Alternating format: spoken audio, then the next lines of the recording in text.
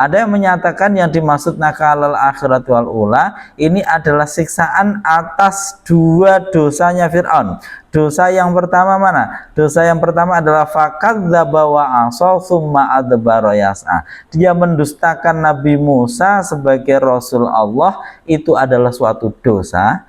Kemudian dosa yang kedua adalah Assalamualaikum warahmatullahi wabarakatuh. Sobat Fadil rahimakumullah. Alhamdulillah berjumpa kembali dengan saya Muhammad Wahyudi di channel Ngaji Fuadi. Kali ini kita akan lanjutkan tadarus di surat An-Nazi'at. Insyaallah hari ini kita akan masuk di ayat 16 sampai 33, kemudian 34 sampai selesai kita masukkan di part ketiga.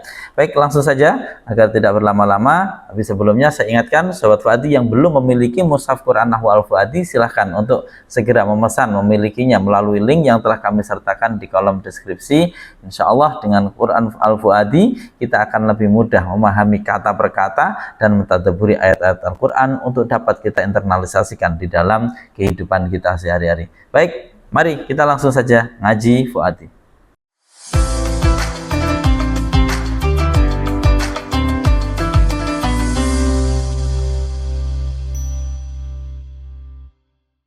A'udzubillahi minasyaitonirrajim. Bismillahirrahmanirrahim.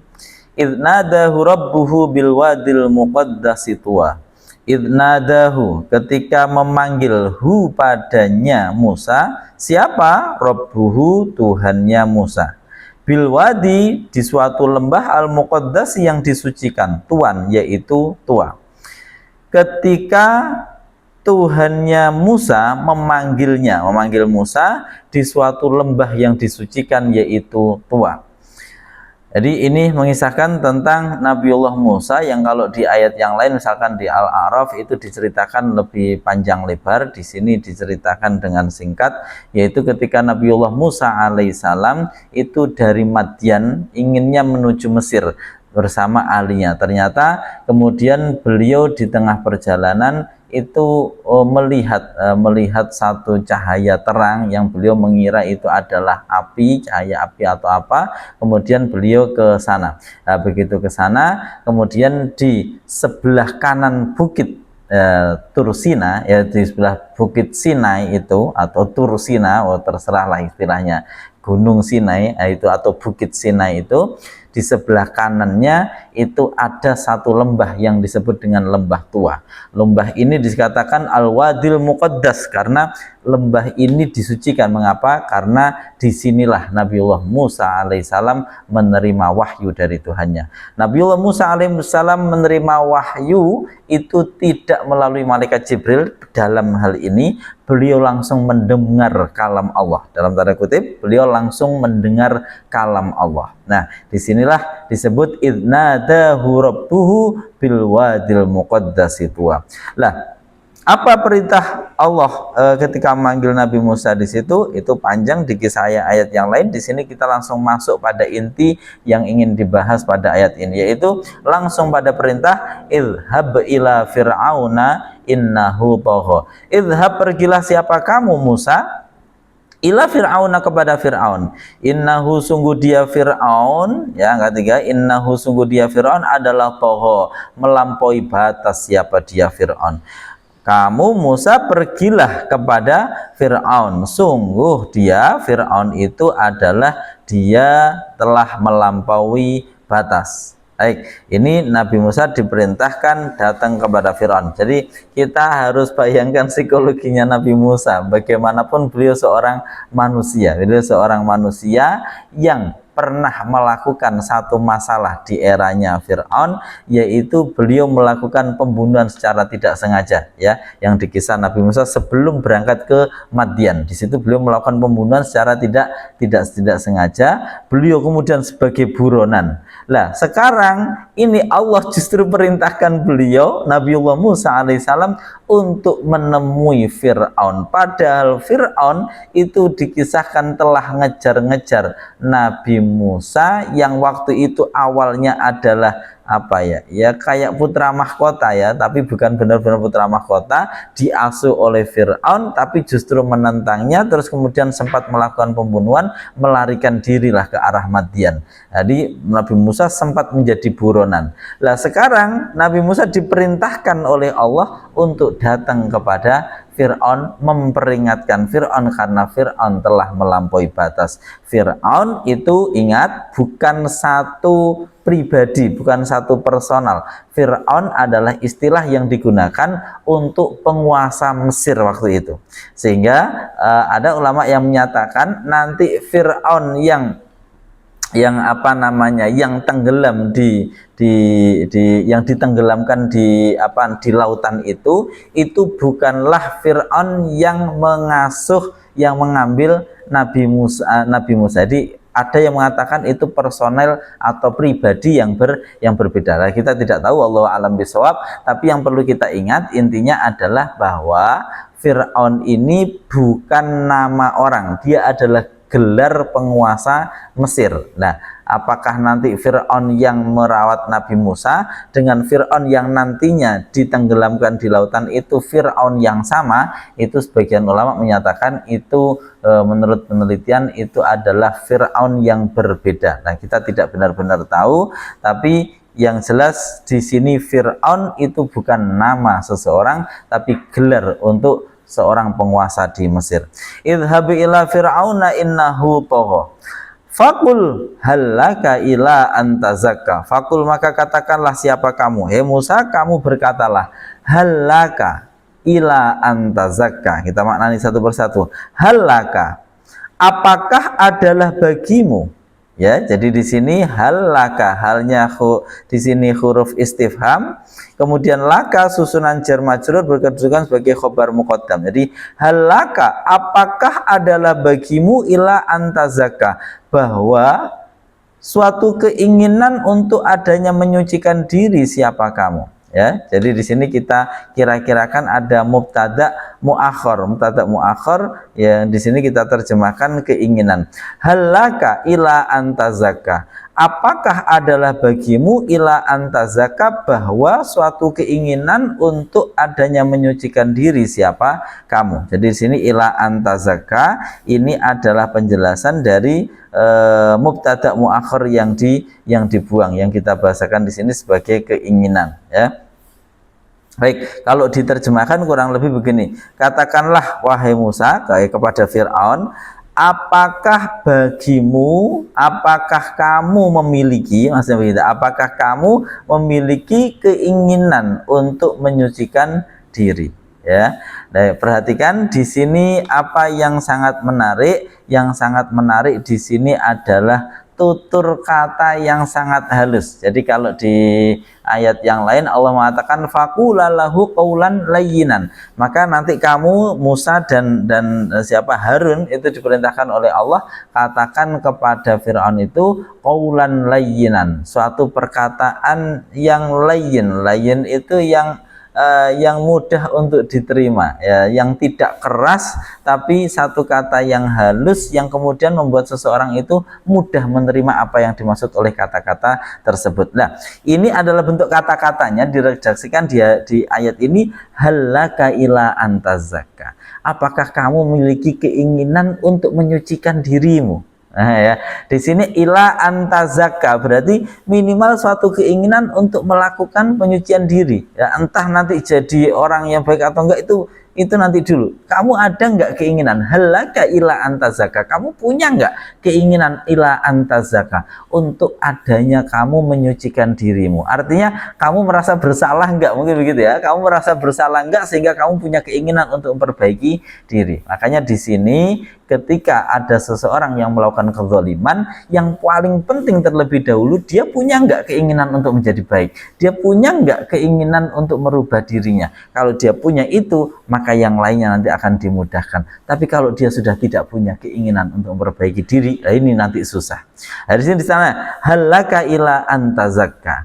Di sini juga memberikan satu pengertian, bahkan Fir'aun yang sudah sangat zalim, dikatakan di ayat 17-nya, ila fir'auna innahu tagha. Sungguh si Fir'aun itu dia telah melampaui batas. Tapi menariknya Allah mensyariatkan Nabi Musa untuk tetap tidak langsung dengan keras, ya, tidak langsung dengan keras, tapi dengan lemah lembut menyatakan halaka ila antazaka. Lemah lembut tapi dengan tegas, halaka ila antazaka. Kamu punya nggak keinginan untuk menyucikan diri? Nah, wa ahdiyaka dan akan menunjukkan siapa aku kepadamu ila rabbika kepada Tuhanmu, fatakhsha sehingga takut siapa kamu. Kalau kamu punya keinginan untuk menyucikan dirimu, sehingga dengan keinginan itu saya akan bisa menunjukkan kepadamu jalan menuju Tuhanmu, sehingga nanti kamu pun merasa fatakhsha, merasa takut hormat. Khosyah itu takut yang dengan penuh kehormatan, ya, karena tahu bagaimana kedudukan Allah di alam semesta ini, bahwa Allah adalah pencipta dan penguasa alam semesta. Nah, wa ahdiyaka ila rabbika fatakhsha. Fa'arahul ayatul kubra, fa'arahu maka memperlihatkan siapa dia Musa hu padanya Fir'aun, memperlihatkan al ayata pada mukjizat, ya, pada ayat tanda-tanda al kubro yang besar. Fa'arahu maka memperlihatkan siapa dia Musa hu pada Fir'aun al ayata pada ayat tanda kekuasaan mukjizat al kubro yang besar, yaitu Nabiullah Musa alaihissalam memperlihatkan tongkatnya yang bisa berubah menjadi ular, tangannya yang bersinar bercahaya bersih, ya, namanya al ayatal kubro, suatu tanda yang besar yang kemudian harusnya dengan itu seseorang bisa iman. Seseorang harusnya dengan melihat itu cukup untuk kemudian membuat seseorang beriman kepada Tuhannya. Tapi apa yang terjadi? Fakadzdzaba wa asa. Fakadzdzaba maka atau lalu mendustakan siapa dia. Ini fa-nya bukan fa jawab tapi fa huruf ataf. Fakadzdzaba lalu atau maka mendustakan siapa dia Fir'aun wa asa dan mendurhakai siapa dia Fir'aun. Ai fakadzabahu wa asahu. Jadi di sini maf'ul bihnya dibuang. Nah, ketika Nabiullah Musa alaihissalam membawa ayat-ayat al-kubro, al-ayat al-kubro, bukti yang agung, bukti yang besar, sesuatu yang harusnya cukup membuat Fir'aun untuk tunduk kepada Allah Subhanahu wa taala, mengimani bahwasanya Musa adalah utusannya, tapi ternyata apa yang terjadi? Fakadzdzaba wa asa. Kemudian dia justru mendustakan kerasulan Musa dan mendurhakai, tidak mau mengikuti apa yang dikatakan. Summa adbara yas'a, summa adbara kemudian berpaling siapa dia Fir'aun, yas'a dalam keadaan berusaha menantang siapa dia. Jadi Fir'aun kemudian adbara itu dari kata-kata dubur, membelakangi. Jadi harusnya disuruh ke selatan, dia malah ke utara. Nama summa adbara, berpaling, membelakangi siapa? Fir'aun. Yas'a dalam keadaan ini dijadikan hal, jumlah fi'il mudhari dan fa'ilnya yas'a diposisikan sebagai hal. Hal adalah menerangkan kondisinya, berarti ada upaya, ada rencana yang jelas. Fir'aun menggunakan segala upayanya untuk menentang apa yang disampaikan oleh Nabiullah Musa alaihissalam. Apa itu? Berupa apa upayanya? Fahasyara fanada. Fahasyara lalu atau maka mengumpulkan siapa dia Fir'aun, fanada lalu berseru siapa dia. Wah, langsung rakyatnya dikumpulkan lalu dia berseru di depan para rakyatnya ini tadi. Faqala maka berkata atau lalu berkata siapa dia Fir'aun. Faqala ana rabbukumul a'la, ana bahwa aku adalah rabbukum Tuhan kalian al-a'la yang paling tinggi. Seakan-akan Fir'aun mengatakan mungkin ada Tuhan-Tuhan yang lain, tapi Tuhan yang paling tinggi ini aku. Itu kata Fir'aun. Na'udzubillah tsumma na'udzubillah. Jadi Fir'aun merasa sombong sekali. Dia kemudian kalaupun toh ada Tuhan yang lain, Tuhan yang paling tinggi ini aku. Ana rabbukumul a'la, dari kata-kata robba. Rabbukum adalah tuan, majikan, makna dasarnya itu tuan majikan. Jadi kalau zaman dulu ada abdun, budak, tuannya disebut robbun, ya, tuannya disebut Rabbun. Nah, siapa namanya, Fir'aun merasa tidak ada lagi yang berkuasa di atas dia, maka dia mengatakan ana rabbukumul a'la, akulah majikanmu yang merawatmu, yang memastikan bahwasanya kamu boleh hidup atau tidak itu atas perintahku. Nah, itu si Fir'aun seakan-akan merasakan itu, maka dia dengan sombong, semua rakyatnya dikumpulkan, lalu dia membuat pengumuman ana rabbukumul a'la. Ini adalah Fir'aun. Nah, oleh karena itu maka Allah fa'akhadhahu Allahu nakalal akhirati wal ula. Fa'akhadhahu, maka menyiksa atau lalu menyiksa padanya Fir'aun. Siapa Allahu? Allah menyiksa nakalal akhirati dengan siksa akhirat wal ula dan siksa dunia. Maka Allah kemudian menyiksanya dengan siksa dunia dan siksa akhirat. Nah, ada yang menyebut, jadi nakal itu makna aslinya itu sebenarnya menghalangi. Nakal al akhirah, nakal kemudian dimaknai siksaan. Mengapa? Karena siksaan itu harapannya adalah menghalangi seseorang untuk melanjutkan kemaksiatannya atau menghalangi orang lain untuk mengikuti perilaku orang yang buruk yang disiksain tadi. Nakal al akhirah, siksa akhirat. Ada yang menyebut yang dimaksud siksa akhirat ini adalah siksa nanti di akhirat. Kemudian wal ula itu adalah siksa ketika dunia, di mana nanti Fir'aun ini kemudian ditenggelamkan, itu siksa dunianya, nanti di akhirat disiksa di neraka.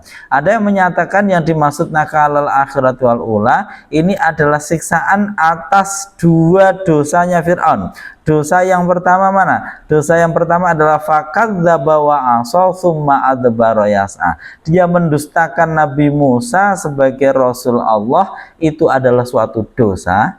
Kemudian dosa yang kedua adalah ketika dia mengaku sebagai Tuhan. Nah, ini ana rabbukumul a'la, itu dosa yang kedua. Maka dua-duanya ini memiliki siksanya masing-masing. Nah, seperti itu pendapat yang kedua.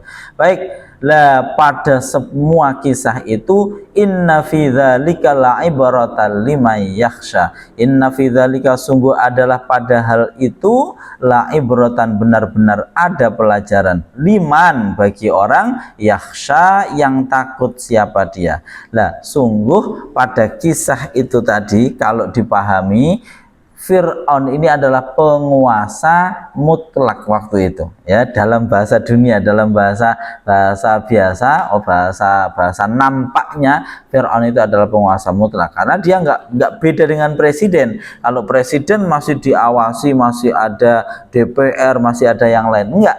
Ini adalah raja yang dia tidak ada yang menguasai, apapun kata-katanya langsung jadi aturan, langsung jadi undang-undang, istilahnya seperti itu. Nah, tapi ternyata dia pun nanti akan terkena azab dari Allah, ya. Inna fi dzalika, dalam kisah yang seperti tadi, pada kisah itu tadi, la ibratan, benar-benar ada pelajaran, ibrah yang bisa diambil, tapi yang bisa mengambil pelajarannya hanyalah man yakhsha. La ibratan, sungguh benar-benar ada pelajaran, liman, bagi orang yakhsha, yang takut siapa dia.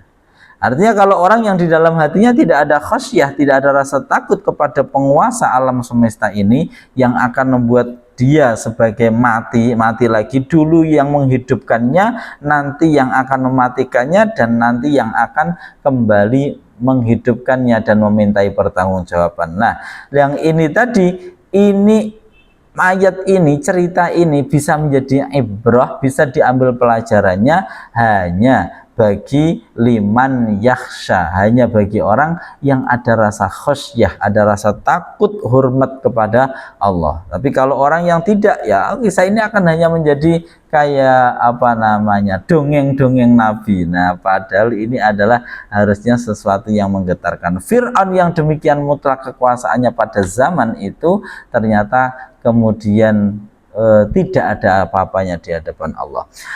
Antum asyaddu khalqan amis sama ubanaha. Antum, apakah bahwa kalian adalah asyaddu, lebih hemat, apanya, khalqan, penciptaannya, amis sama'u, ataukah langit, banaha, telah membangun siapa dia Allah, ha, padanya langit, ya. Lah pertanyaannya, ketika manusia itu merasa hebat dengan kemampuannya bisa mengendalikan manusia yang lain, seakan-akan Allah terus tanya, antum, apakah kamu itu manusia seperti kamu itu asyaddu khalqan, ya, penciptaannya lebih dahsyat, amis sama'u banaha, ataukah langit yang telah dibangun oleh Allah. Nah, lebih luar biasa mana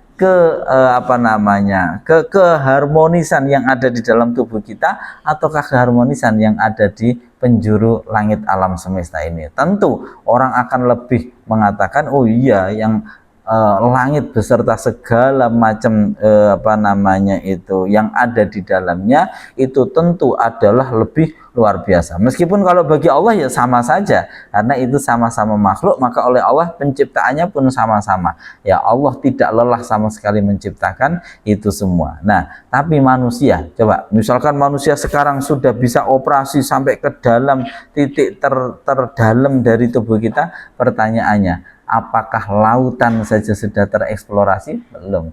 Lautan yang terdalam itu, lautan itu belum sampai dieksplorasi melebihi 70% katanya. Katanya, saya juga tidak tahu. Tapi yang jelas alam semesta ini begitu dahsyat, manusia itu tidak ada apa-apanya. Ini yang dimaksud kurang lebih oleh ayat antum asyaddu khalqan. Apakah penciptaanmu sebagai manusia itu adalah luar biasa hebat sekali, ataukah penciptaan langit dan bumi yang demikian detailnya sehingga tidak terjadi tabrakan, sehingga musim bisa ditentu, bisa dihitung, kemudian kapan terjadi gerhana bisa dihitung, semua itu begitu valid bisa dihitung, bukan karena pinternya manusia yang ngitung, tapi karena saking alam semesta ini begitu tepat perjalanannya. Nah, gitu ya, kira-kira seperti itu. Rafa'a, meninggikan siapa dia Allah, samkaha, pada bangunannya, fasawwaha, lalu menyempurnakan siapa dia manusia, fasawwaha, lalu menyempurnakan siapa dia Allah, padanya sama. Jadi Allah lah yang meninggikan langit itu. Kalau di ayat yang lain itu kamu melihat langit itu dibuat dengan tanpa tiang, ya, tanpa tiang. Kita tahu langit itu kita nggak tahu hakikatnya di atas bagaimana, tapi kita tahu bahwasanya secara ilmu alam semesta ini begitu luas sekali, dan bumi ini punya perisai yang diciptakan oleh Allah yang disebut dengan atmosfer. Ya, kemudian kita manusia ada di dalamnya, yang menyempurnakan semua yang ada di yang ada di alam raya ini adalah Allah. Fasawwaha wa aghtasha, dan menjadikan gelap siapa dia Allah, lailaha, pada malamnya, wa akhraja, dan mengeluarkan siapa dia Allah, duhahan, pada cahaya paginya. Ya, jadi Allah lah yang membuat kemudian ketika malam ini menjadi gelap, ketika waktu duha itu benar-benar cahayanya berkecukupan, itu adalah Allah. Wal ardo, dan pada bumi, ba'da dzalika, sesudah itu, dahaha, menghamparkan siapa dia, padanya ard, bumi, ya. Dan Allah lah yang menghamparkan sesudah itu bumi ini menjadi terhampar, menjadi mudah untuk kita lalui. Akhraja, mengeluarkan siapa dia Allah, minha, darinya, dari bumi itu, ma'aha, pada airnya, wa mar'aha, dan tempat gembalaan atau padang rumputnya, wal jibala, dan pada gunung-gunung, arsaha, memancarkan siapa dia, padanya, dan Allah kemudian memancangkan gunung-gunung sehingga gunung-gunung itu kokoh sekali berdiri di muka bumi ini. Nah, ini semuanya adalah Allah, semua itu dibuat oleh Allah mataan, untuk menjadi kesenangan. Ini namanya maf'ul li ajlih, ya, maf'ul li ajlih, keterangan alasan mengapa fi'il dimunculkan. Di sini Allah mengeluarkan, ya, dari bumi itu air, ma'aha, air, wa mar'aha, dan kemudian menjadikan dari itu juga padang gembalaan, rumput yang hijau. Semua itu dibuat oleh Allah, termasuk wal jibala arsaha, gunung terpancang kokoh, semua itu mataan, untuk menjadi kesenangan, lakum, bagi kalian. wali an'amikum, dan juga bagi hewan-hewan ternak kalian. Baik sahabat Fadil rahimakumullah, ini ayatnya cukup panjang. Yang perlu kita ingat berarti apa? Ya, bahwa alam semesta ini seharusnya cukup untuk membuat kita iman kepada Allah. Alam semesta ini seharusnya sudah cukup untuk menjadi bukti bahwasanya Allah itu wujud dan Allah lah yang menciptakan ini. Mengapa seperti itu? Karena misalkan kita meyakini kok di alam semesta ini ada dua Tuhan yang mengatur. Lau kana fihi ma'alihatun illallah la fasadata. Pasti hancur berantakan karena semuanya tidak akan harmonis. Si Tuhan A akan mengatakan harusnya begini, si Tuhan B akan mengatakan harusnya begini. Kira-kira bukankah mereka nanti Tuhan A dan Tuhan B akhirnya akan bertengkar sendiri, melupakan makhluknya? Lah itulah yang tidak mungkin. Maka Al-Qur'an mengatakan, ya lau kana fihi ma'alihatun illallah la fasadata. Kalau saja ini ada di alam raya ini Tuhan selain Allah, pasti bumi akan hancur. Baik sahabat Fadil rahimakumullah, yang terakhir semua ini ditujukan mata alakum, untuk kesenangan bagi kalian, wali an'amikum, dan juga untuk hewan ternak kalian. Jadi mari kita bersyukur merasakan nikmat yang Allah berikan, bukan hanya nikmat khusus itu yang diberikan kepada saya secara khusus, tapi rasakan juga nikmat-nikmat umum. Nikmat Allah memberikan kepada kita oksigen untuk bernafas, Allah memberikan kepada kita sinar matahari di setiap hari untuk menumbuhkan semua yang mensupport kehidupan manusia, ataupun agar sinar matahari itu langsung mengenai kita. Nah, ini semuanya adalah kenikmatan dari Allah yang patut untuk kemudian kita syukuri. Demikian, jangan sampai kita mengkufuri semua kenikmatan itu, merasa itu adalah kemampuan kita. Ini jangan sampai. Allah alam bisawab. Terima kasih, mohon maaf jika ada kurang lebihnya. Ihdinas siratal mustaqim wal afu minkum. Assalamualaikum warahmatullahi wabarakatuh.